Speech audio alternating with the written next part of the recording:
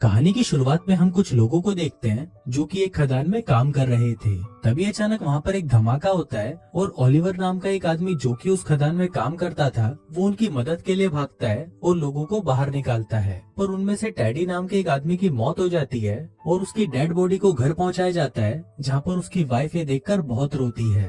तभी सीन यहाँ से शिफ्ट होता है और हम एक पार्टी में कोनी नाम की एक खूबसूरत लड़की को देखते हैं। तभी उसके पास एक आदमी आता है जिसका नाम क्लिफर्ड था और वो बहुत अमीर था। अब कुछ देर बातें करने के बाद वो एक दूसरे से इम्प्रेस हो जाते हैं और साथ में डांस करने लगते हैं। लेकिन कोनी के दोस्त डंकन को ये बिल्कुल भी पसंद नहीं आता, क्योंकि अब उन दोनों की ये मुलाकात प्यार में बदल चुकी थी, जिसके बाद वो दोनों एक दूसरे से शादी कर लेते हैं। शादी करते वक्त ये दोनों कसम खाते हैं कि ये दोनों एक दूसरे से हमेशा वफादार रहेंगे और कभी भी एक दूसरे का साथ नहीं छोड़ेंगे। अब उन दोनों की मैरिज लाइफ बहुत ही अच्छी चल रही थी, पर अगले ही दिन क्लिफर्ड को सेना में जाना पड़ता है क्योंकि वो एक सोल्जर था। लेकिन जंग के दौरान क्लिफर्ड घायल हो जाता है और उसे वापस घर भेज दिया जाता है। हम देखते हैं कि आज क्लिफर्ड घर आ रहा था और सभी बहुत ज्यादा खुश थे और उसका वेलकम करने के लिए घर के बाहर खड़े हुए थे। क्लिफर्ड को देखकर कोनी बहुत ज्यादा खुश होती है, पर तभी हम देखते हैं कि उस जंग में घायल होने के बाद क्लिफर्ड के पेट के नीचे का हिस्सा पूरा पैरालाइज हो चुका था। अब क्लिफर्ड अपनी हालत से लाचार था और वो सबको थैंक यू बोलकर अंदर आ जाता है। वहीं कोनी क्लिफर्ड को देखकर खुश तो थी, पर वो अंदर ही अंदर बहुत ही ज्यादा दुखी थी। उनकी खुशियों से भरी जिंदगी में कभी ऐसा मोड़ भी आएगा ये उसने कभी सोचा नहीं था। इसी बात से दुखी होकर क्लिफर्ड खुद को मारने की कोशिश भी करता है, पर कोनी उसे रोक लेती है। वो उसे विश्वास दिलाती है कि वो हमेशा उसके साथ रहेगी। अब इसके दूसरी तरफ हम ओलिवर को देखते हैं जो कि अपनी मंगेतर को लेटर लिख रहा होता है कि इस बार वो किसी खदान में काम नहीं कर रहा, बल्कि इस बार वो जंग में है। फिर कुछ दिनों बाद जब ओलिवर छुट्टी लेकर घर पर आता है तो वहाँ पर वो अपनी मंगेतर को किसी दूसरे आदमी के साथ देख लेता है और उससे बिना मिले ही वहाँ से चला जाता है। फिर कुछ दिनों बाद ओलिवर काम मांगने के लिए क्लिफर्ड के पास जाता है। इसके बाद जब क्लिफर्ड उससे बात कर रहा था तब उसे पता चलता है कि ओलिवर भी उसी जंग में उसके अंडर काम कर रहा था। क्लिफर्ड इससे काफी इम्प्रेस हो जाता है और ओलिवर को उसके पक्षियों का ख्याल रखने का काम दे देता है। अपाहिज होने की वजह से क्लिफर्ड अपने लिए एक गाड़ी खरीदता है और जब वो उसमें बैठकर घूमता है तो उसे लगता है कि मानो उसके पैर वापस आ गए हों। फिर एक दिन वो कोनी के साथ ओलिवर के पास जाता है जो कि जंगल में बने एक कॉटेज में रहता था और पक्षियों की देखभाल करता था। वहाँ पर पहली बार कोनी ओलिवर को देखती है, जिसे देखते ही वो उससे प्यार कर बैठती है। फिर वहाँ से वापस आते वक्त कोनी ओलिवर को इशारा देती है, पर ओलिवर उसे समझ नहीं पाता।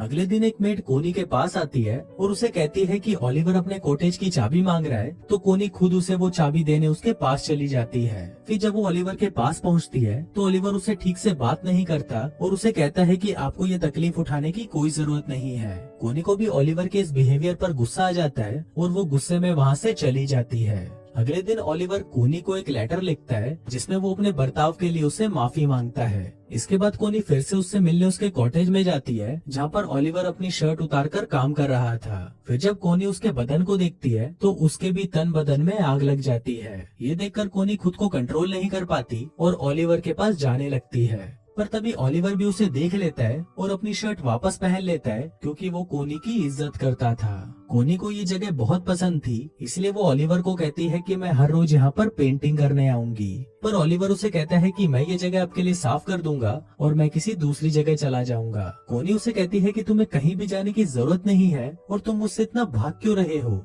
यहाँ पर कोनी ओलिवर से गुस्सा हो जाती है और वहाँ से जाने लगती है, लेकिन तभी वहाँ पर बारिश आ जाती है, इसलिए वो ओलिवर के साथ उसके कॉटेज में चली जाती है जहाँ पर वो दोनों आग जलाकर खुद को गर्म करने लगते हैं। पर तभी ओलिवर वहाँ से उठ जाता है क्योंकि वो कोनी के इरादे समझ रहा था। कोनी उससे पूछती है कि तुम मुझसे दूर क्यों भाग रहे हो, तो ओलिवर उसे कहता है कि मैं तुमसे दूर नहीं भाग रहा, बस मैं डर रहा हूँ क्योंकि अगर क्लिफर्ड को हमारे बारे में पता चल गया तो मेरी नौकरी चली जाएगी।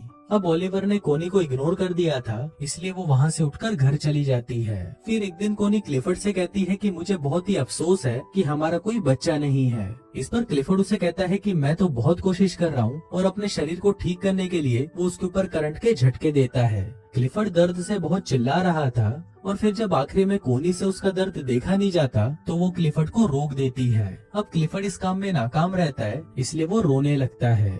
अब इसके अगले दिन कोनी जंगल में जाती है, पर तभी उसे ओलिवर के काम करने की आवाज सुनाई देती है, तो वो तुरंत उसके पास चली जाती है। जहाँ पहुंचकर वो छोटे चूजों को देखती है और उन्हें देखकर रोने लगती है। उन बच्चों को देखकर उसे अपने बच्चों की याद आती है, जो कि शायद वो कभी पैदा नहीं कर पाएगी। अब कोनी को रोता देखकर ओलिवर उसके पास आता है और उसे गले लगा लेता है। अब ओलिवर भी कोनी को पसंद करने लगा था, इसलिए वो उसे अपने साथ अपने कॉटेज में ले जाता है, जहाँ पर वो दोनों इंटीमेट होते हैं। कोनी पूरे दिन ओलिवर के साथ ही रहती है और फिर जब शाम होने को आती है तो ओलिवर उसे घर छोड़ने उसके साथ जाता है। जाने से पहले कोनी ओलिवर से पूछती है कि तुमने जो भी किया, क्या तुम्हें उसका कोई पछतावा है? जिस पर ओलिवर कहता है कि नहीं, मैं तुमसे प्यार करने लगा हूँ और अब तुम सिर्फ मेरी हो। उसी रात बहुत तेज तूफान आता है और बादल गरजने लगते हैं। ओलिवर को कोनी की बहुत याद आ रही थी, इसलिए वो बहुत ज्यादा दारू पी लेता है। वहाँ पर कोनी की भी नींद उड़ चुकी थी और वो भी ओलिवर की यादों में सो नहीं पाती। फिर वो खिड़की से ओलिवर के घर की रोशनी को देखती है और वो खुद को रोक नहीं पाती और दौड़ते हुए ओलिवर के पास चली जाती है। लेकिन तभी हम देखते हैं कि कोनी को जाते हुए उनके घर की एक मेड उसे देख लेती है। वहीं ओलिवर भी वहाँ पर कोनी का इंतजार कर रहा था और वो कोनी को कहता है कि मुझे नहीं लगा था कि तुम मुझसे मिलने आओगी। इस पर कोनी उसे कहती है कि मैं कभी भी तुम्हें अकेला नहीं छोड़ूंगी और फिर वो दोनों वहीं पर इंटीमेट होते हैं। एक दिन क्लिफर्ड के घर पर एक पार्टी होती है, जहाँ पर डंकन भी आया होता है। फिर क्लिफर्ड देखता है कि कोनी और डंकन साथ में डांस कर रहे हैं और उसे ये देखकर बिल्कुल भी अच्छा नहीं लगता। अगली सुबह क्लिफर्ड कोनी से कहता है कि तुम्हारे लिए तुम्हारे पति से ज्यादा इम्पोर्टेंट एक बच्चा पैदा करना है। कोनी हमेशा से ही एक बच्चा चाहती थी और क्लिफर्ड को लगता है कि शायद इसीलिए कोनी डंकन के करीब जा रही है। पर इस बात से कोनी बहुत गुस्सा हो जाती है, जिस पर क्लिफर्ड उसे कहता है कि उसे इस बात से कोई फर्क नहीं पड़ता कि तुम किसी से भी अपना बच्चा पैदा करो, बस वो बच्चा मेरा होना चाहिए। अब इस बात से गुस्सा होकर कोनी ओलिवर के पास चली जाती है और उसके साथ इंटीमेट होती है। फिर एक दिन कोनी को पता चलता है कि वो प्रेग्नेंट है और वो इस बारे में क्लिफर्ड को बताती है। क्लिफर्ड ये सुनकर बहुत खुश होता है और वो कोनी से उस आदमी का नाम पूछता है, पर कोनी उस आदमी का नाम नहीं बताती। एक दिन क्लिफर्ड ओलिवर से मिलने उसके पास जाता है और वो कोनी को भी अपने साथ चलने को कहता है। अब वो दोनों जा ही रहे थे कि तभी ओलिवर पीछे से आता है और कोनी को पकड़कर किस करने लगता है। अब वो दोनों किस कर रहे थे कि तभी क्लिफर्ड कोनी को आवाज लगाता है। दरअसल क्लिफर्ड की गाड़ी कीचड़ में फंस गई थी, पर तभी वहाँ पर ओलिवर आता है और उसकी गाड़ी को धक्का लगाने लगता है। पर इसी दौरान वो खांसने लगता है, क्योंकि खदान में काम करने की वजह से उसके दोनों लंग्स खराब हो चुके थे। फिर कोनी क्लिफर्ड से कहती है कि तुम ओलिवर को रोक दो, नहीं तो वो मर जाएगा। लेकिन क्लिफर्ड ऐसा नहीं करता।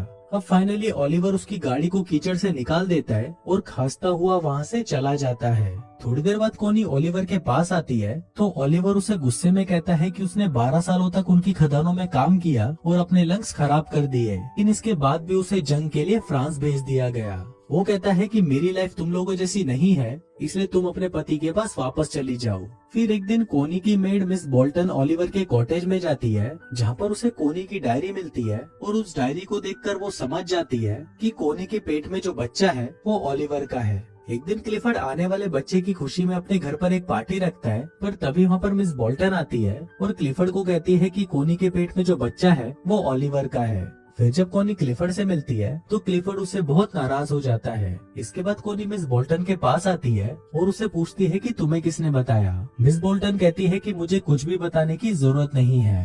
अब कोनी को लगता है कि शायद मिस बोल्टन को ओलिवर ने बताया होगा, पर मिस बोल्टन उसे कहती है कि उसने मुझे कुछ नहीं बताया। अब इस बात से कोनी रोने लगती है और उसे कहती है कि वो ओलिवर से बहुत प्यार करती है। फिर मिस बोल्टन उसके पास आती है और उससे माफी मांगते हुए कहती है कि जल्दी से ओलिवर के पास जाओ, वरना तुम्हारा पति उसे मार देगा। अब ये सुनकर कोनी भागते हुए ओलिवर के आउट हाउस में जाती है और देखती है कि वहाँ पर कोई नहीं होता। ये देखकर कोनी रोने लग जाती है, पर तभी वहाँ पर ओलिवर आ जाता है और उसे देखकर कोनी उसे गले लगा लेती है। इसके बाद हम देखते हैं कि कोनी क्लिफर्ड के घर पर आती है, जहाँ पर वो उससे डिवोर्स मांगती है, पर क्लिफर्ड उसे मना कर देता है और ओलिवर को बुलाने के लिए कहता है। पर फिर जब ओलिवर वहाँ पर आता है तो वो दोनों आपस में बहुत बहस करते हैं और फाइनली कोनी और ओलिवर क्लिफर्ड के घर को छोड़कर चले जाते हैं। फिर उनके जाते वक्त क्लिफर्ड वहाँ पर आता है और वो कोनी को तलाक देने के लिए मान जाता है। दोस्तों, ये फिल्म किसी भी तरह से कोनी के ये काम को जस्टिफाई नहीं करती। कोनी ने क्लिफर्ड के साथ जो भी किया वो सही नहीं था। यहाँ पर डायरेक्टर आपके लिए ओपन एंडिंग छोड़ देता है, जहाँ पर आपको खुद डिसाइड करना है कि कौन सही है और कौन गलत। और दोस्तों, इसी के साथ ही ये कहानी यहीं खत्म हो जाती है।